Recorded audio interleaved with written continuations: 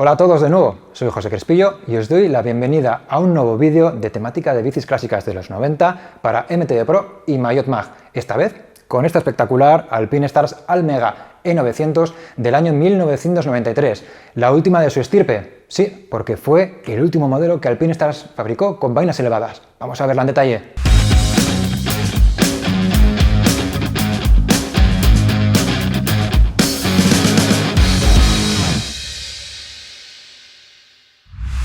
Antes de hablar sobre la bici, quiero comentaros algunos detalles sobre los orígenes de la marca de Alpinestars y por qué se llama así. ¿Vosotros lo sabíais? Bueno, si no lo sabíais os voy a explicar el porqué. Bueno, pues Alpinestars es una marca italiana que se fundó en el año 1963. En aquella época lo que producían eran botas de alpinismo y de motocross. ¿Pero de dónde tomó Alpinestars su nombre para su marca? Bueno, pues resulta que en las cordilleras, a cierta altitud, crece una planta que ofrece a su vez una flor de color blanco y en forma de estrella, que en algunos países como en Austria se llama Edelweiss, pero en inglés se conoce como Alpinestars, precisamente por esa forma de estrella que tiene. Y Alpinestars pues cogió ese nombre, esa flor, y de aquí tenemos estas bicis tan espectaculares. ¿Qué os parece? Y ahora sí, vamos a hablar de bicis. Concretamente de los 6 años que Alpinestars estuvo en el mundo de la bicicleta. Pero ¿cómo llegaron a este punto? Esta es otra historia también muy curiosa que hay que explicar. Resulta que tenemos que retrotraernos unos cuantos años y hablar de la empresa MS Racing, una empresa estadounidense que a su vez también construía y hacía todo tipo de accesorios para motociclistas, tanto de carretera como off-road. En el año 89, dos ex empleados de la empresa Fisher Cycles se acercaron a MS Racing y les propusieron hacer una gama de bicis, porque en aquel momento el mountain bike estaba en auge en Estados Unidos y en el resto del mundo también. MS Racing accedió y durante el año 89 hicieron una gama de 5 bicicletas, en acero y en aluminio. Pero a final de año, viendo los resultados, a MS Racing el invento de las bicicletas no le sedujo demasiado y decidió aparcar ese proyecto de bicicletas. ¿Qué hicieron estas dos personas que trabajaron en su momento en Fisher Cycles? Bueno, como tenían toda esa gama de bicis ya creada, se dedicaron a recorrer todo el mundo en busca de distribuidores y alguien que pusiera un nuevo nombre a sus bicis. Ocurrió que aterrizaron en Italia, estuvieron con los chicos de Alpinestars y allí ellos les dijeron que les gustaría poner su nombre en sus bicis y de esa forma se creó Alpinestars USA y esto funcionó hasta 1996. Como os he comentado, Alpinestars estuvo 6 años en la industria de la bicicleta, en la que produjo diferentes gamas de producto con unas características técnicas muy particulares. Dejadme que eche mano de mi chuleta porque os voy a contar con más detalle las gamas que componían cada año y sus características técnicas más importantes, porque algunas fueron muy revolucionarias y muy importantes en aquel momento. Por ejemplo, en el año 1990 no había ninguna diferencia con las bicicletas MS Racing que os he comentado antes del año 89. Lo único que se hizo fue colocar el nombre de Alpinestars en aquellas bicis y lo que había era 5 modelos. 2 en acero con grupos de X y XT y otros 2 en aluminio con grupos también de X y XT, ambos con el cuadro de forma en diamante o cuadro convencional. Y también había una bici muy particular, la X-Cross, que era una híbrida que también estaba muy de moda en aquel momento, una bici con rueda de 700. En el año 91 viene un momento muy importante para la historia del Alpinestars y para la del mountain bike en concreto también, porque en ese momento ellos diseñan y crean el sistema EOS, Elevated Oversize System, que hace referencia a las vainas elevadas, pero con tubos de un diámetro mayor del habitual, porque el concepto de vainas elevadas ya estaba inventado anteriormente, no lo hizo Alpinestars. Pero Alpinestars lo que hizo fue rehacer ese sistema y hacer sus bicis mucho más particulares gracias a los cuadros de aluminio tan sobredimensionados y con las vainas elevadas. Además, en el año 91 también hace aparición la increíble y el unicornio para los coleccionistas como yo, Alpinestars Team Mega, un cuadro que también tenía vainas elevadas, pero construido totalmente en titanio, que por cierto, construía Lightspeed, porque los amigos de Sandvik curiosamente les dijeron que era imposible crear un cuadro con el tubo del sillín en forma curvada, como sí que consiguió hacer Lightspeed. Por cierto, en el año 91 pasaron de 5 modelos a 11, es que fue un avance muy grande para Alpinestars. Llegamos al año 1992 y Alpinestars ya tiene 15 modelos en su catálogo. También hay que mencionar que hay más modelos porque aparte de los grupos de X, XT, llegó la aparición del grupo XTR, con lo que la gama pues obviamente creció. Como también crecieron algunos problemas que luego os mencionaré más en detalle, y fueron los de las fisuras y las roturas, que empezaron a hacerse muy patentes en los cuadros de aluminio. Llegamos al año 1993, el año de construcción de esta bicicleta. Un año en el que el sistema EOS, el Elevated Oversize System, o el sistema de vainas elevadas, es rediseñado y pasa de tener el particular y característico tubo de sillín curvado a tenerlo totalmente recto, como podéis ver en este modelo, y del que luego hablaremos, claro. Y también, como dato curioso, comentaros que las vainas elevadas ya solo quedan en los modelos de aluminio y en el T-Mega de titanio. Y llegamos a los 3 últimos años en los que Alpinestars produjo bicicletas de montaña, 94, 95 y 96. Las gamas pasaron a ser un poco más comerciales y más convencionales. Y también es cierto que los problemas que os he mencionado antes sobre las roturas, pues también parece ser que obligaron a la empresa a repensar un poco qué es lo que querían hacer, con lo que Alpinestars desde Italia decidió al final parar el proyecto de las bicis de montaña. También hay que decir, en defensa de Alpinestars, que ellos cumplieron con su deber y cubrieron todas las garantías de todos los cuadros que se rompieron. Sobre todo y fundamentalmente se rompían las pipas de la dirección, se agrietaban, y la zona del tubo de sillín a la altura del cierre. Como digo, hubo muchas garantías, pero Alpinestars las cubrió todas. De todas formas, lamentablemente, dejamos de tener bicis Alpinestars en el mercado, como os he comentado, allá por el año 1996. Bueno, pues ya hemos visto los orígenes de la marca, os he dado detalles sobre las diferentes gamas de producto que Alpinestars produjo durante todos los años que estuvo en el mercado, pero ahora vamos a hablar sobre la bici, sobre esta Alpinestars Almega E900 del año 93, como os he comentado, la última con vainas elevadas. Pero vamos a hablar sobre el nombre, ¿por qué esta bici tiene esta denominación? Bueno, en gamas anteriores, 91 y 92 sobre todo, Alpinestars hacía referencia a los cuadros de aluminio como Almega y de cromoly como Cromega, y después tenían la denominación DX, XT o XTR en función del grupo que llevaban. Bueno, pues en este caso, en el año 93, cambiaron la denominación de las bicicletas y pasaron a llamarse de esta forma: Almega, por ser de aluminio, la E, por ser de vainas elevadas, es decir, Elevated, y el 900 hace referencia al grupo XTR M900 de aquel año. Una cosa curiosa, ¿verdad? Bueno, pues vamos a hablar del cuadro, obviamente, de la parte más importante y más espectacular de esta bici, porque además visualmente no me negaréis que es muy llamativo, con este cromado tan profundo y tan bien pulidito de los tubos, de su tamaño y sobre todo de la forma de su cuadro con las vainas elevadas. Por cierto, un cuadro que Alpinestars construyó en una tubería que era la mejor de su momento, en aluminio, que producía la marca Easton Program Vari Light con la aleación 7005. Luego hablaremos un poquito más sobre esta aleación y los problemas también que dio a posteriori. Pero otra parte importante, quizás la más importante y la que más razón de ser tiene sobre la bicicleta, es precisamente el de las vainas elevadas, el Elevated Oversize System, como llamaba Alpinestars. Bueno, este sistema se creó, como os he comentado antes, en el año 91, donde Alpinestars las introdujo en su gama. Los modelos del 91 y del 92 tenían el tubo del sillín con una curva que hacía que la rueda trasera se pudiera acercar mucho a la caja del pedalier, con lo que las vainas se acortaban drásticamente, llegaban a solo 402 milímetros, con lo que las bicicletas eran súper tractoras, es decir, podías subir con ellas por una pared, porque como comento, la rueda trasera está muy cerca del cuadro. Eso también obligaba a llevar una abrazadera específica para el desviador delantero. Pero en el 93 Alpinestars cambió completamente el concepto y produjo esta bici con el tubo de sillín totalmente recto. ¿Qué sucedió? Que según Alpinestars la bici era un 25% más rígida, pero también es cierto que las vainas volvían a crecer, porque claro, al no tener esa curva, las ruedas iban un poquito más para atrás, con lo que las diferencias con el cuadro, digamos, convencional o de forma de diamante eran prácticamente nulas. Aquí nos íbamos a los 420 milímetros. Eso sí, el sistema de vainas elevadas ofrece otras ventajas, y es que en el caso del barro, pues bueno, en los cuadros convencionales se suele acumular mucho en esta zona de aquí, sobre todo a la altura de la caja del pedalier, pero aquí tenemos mucho espacio para que esto no suceda. Y además también evitamos el golpeteo de la cadena en la vaina, sobre todo en descensos, algo también bastante incómodo. Y como os he comentado, la razón de ser de esto era hacer la bici de la parte trasera un poquito más corta, precisamente para subir y traccionar mejor a la hora de escalar montañas. Pero vamos a hablar sobre la base que compone esta bicicleta, y son estos tubos de la marca Easton Program Vari Light 7005, una aleación que demostró quizás no ser la ideal para construir bicicletas. Otras marcas como Cannondale, por ejemplo, fabricaban los tubos de sus bicicletas en aluminio 60-61 con tratamiento térmico T6.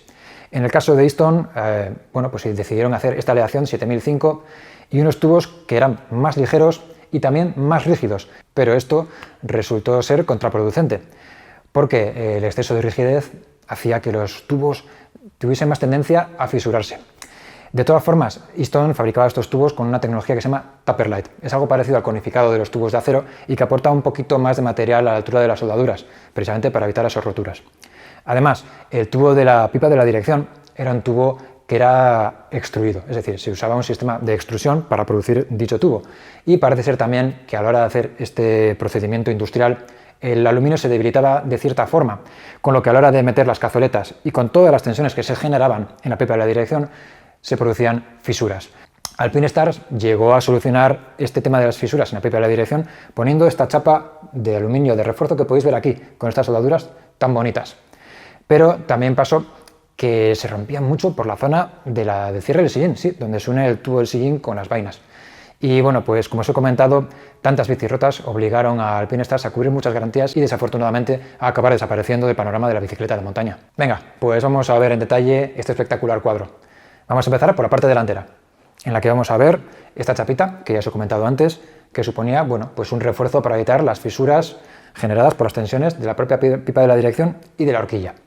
Que por cierto, fijaos en la pipa de la dirección, esto era algo típico en las bicis de aluminio de Alpinestars, dirección de 1/4, realmente gruesa, cuando lo habitual en esta época eran las de 1/8, que realmente estaban recién llegadas, porque no hacía mucho tiempo que las direcciones eran de tan solo 1 pulgada, pero Alpinestars apostó por una más gruesa y más rígida, de 1/4 como comento.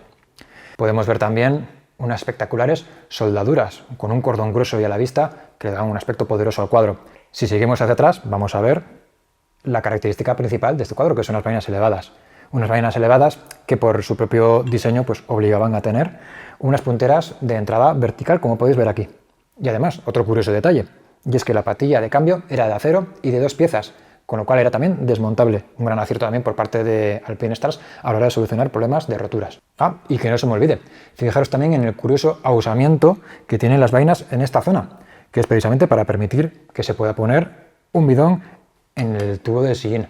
Continuamos con otra pieza súper tecnológica en el momento, en aquel año 1993, como es la horquilla Manitou, en este caso la versión 2, una horquilla que funcionaba, como muchos de vosotros sabréis, con elastómeros, sí, con elastómeros, con unas piezas elásticas como esta, que tenían diferentes fases y que hacían que esta horquilla llegase hasta los increíbles 3,5 centímetros de recorrido. Sí, tenía además una forma de funcionamiento muy particular, muy peculiar, pero era muy ligera, pesaba poco más de 1.350 gramos. Y además, como podéis ver, va en la línea estética del resto de la bicicleta, con estos cromados, con los mecanizados de aluminio y con estos tonos violeta, que en el argot se llaman 3DV, por cierto, a juego con el resto de la bici. Algo realmente espectacular. Como sabéis, en aquella época existían sobre todo dos tipos principales de horquillas de suspensión, las que funcionaban con aire y aceite, y que proponían unos recorridos superiores y eran más absorbentes ante golpes grandes, y luego estaban las que usaban los elastómeros, como estas Manitou, que lo que proponían era precisamente lo contrario, funcionar mejor en pequeñas irregularidades, pero que luego no tenían sensibilidad y absorción suficiente frente a impactos grandes. Pero sobre todo eran también un poco más ligeras que aquellas de aire y aceite. Y además, si soy sincero, a mí es que estos modelos en concreto me fascinan, porque tienen una cantidad de acabados espectaculares en cuanto al aluminio mecanizado. Era un trabajo espectacular por parte de Manitou, que por cierto, si os fijáis, tiene las botellas también de la firma Easton.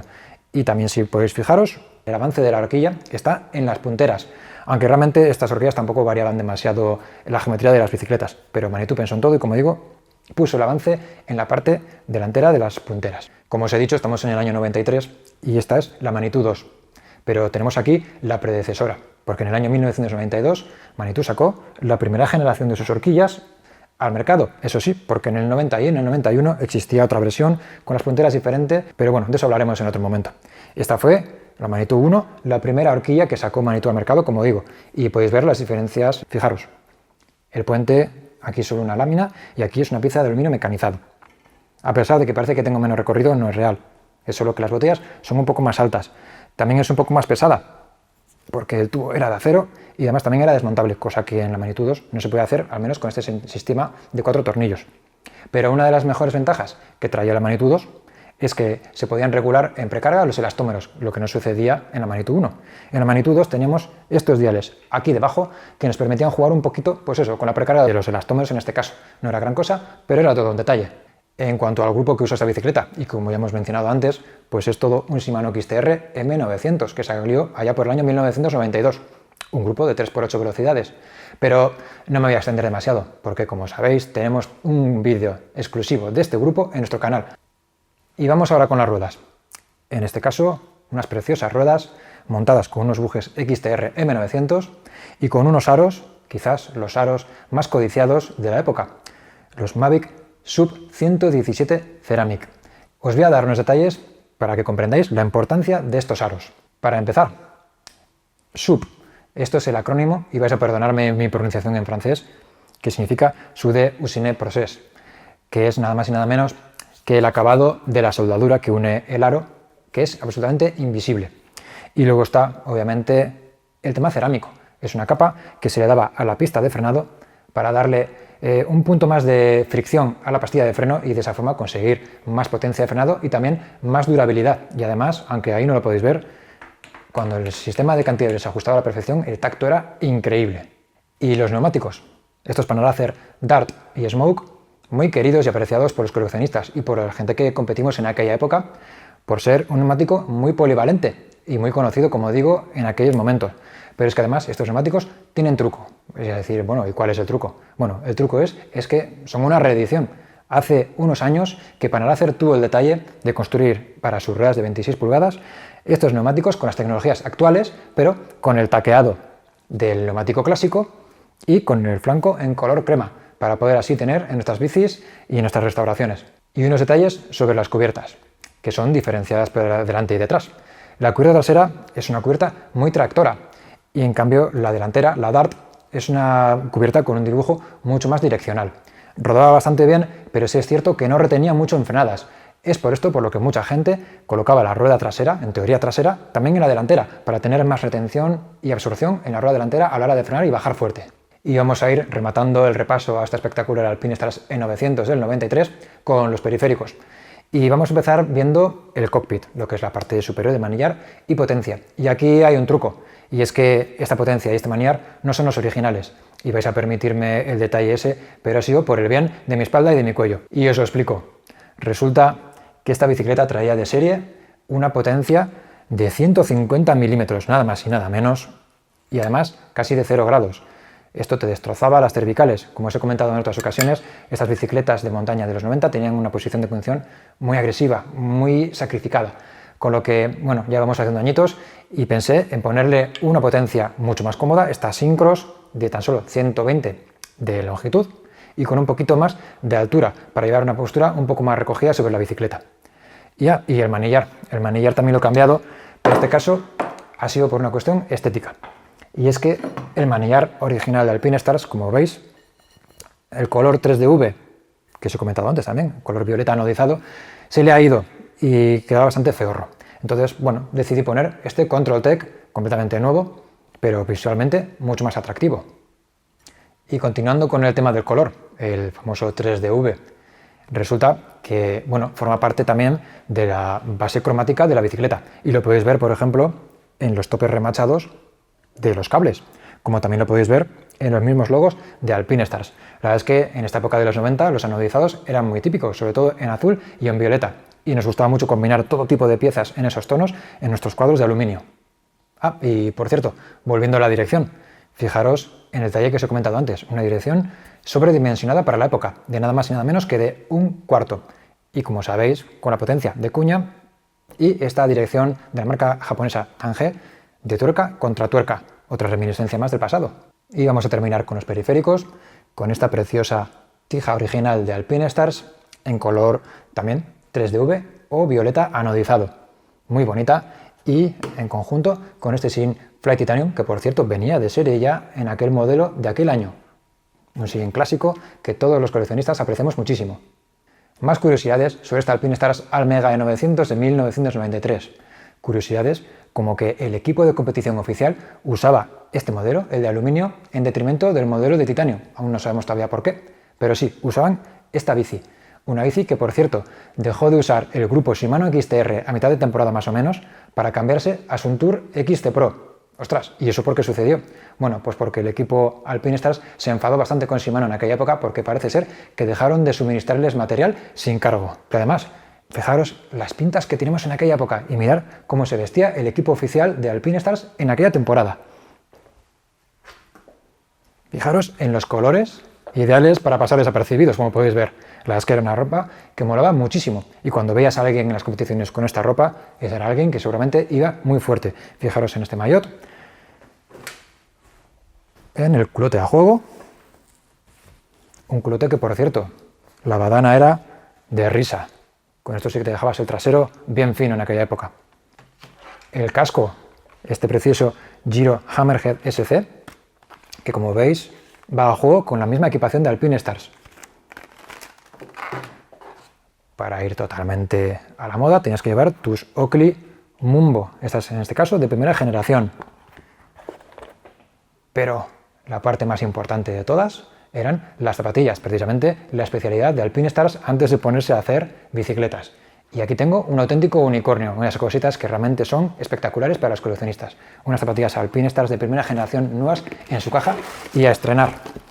Unas zapatillas que, como veis, también van a juego con esa estética tan particular de la época y que son, pues eso, todo un recuerdo de una época muy querida por todos los coleccionistas y los amantes del mountain bike clásico de los 90. Cerrando el resumen y el repaso a esta espectacular bicicleta, comentaros una cosita, y es que esta bici es una de las que más uso a nivel personal.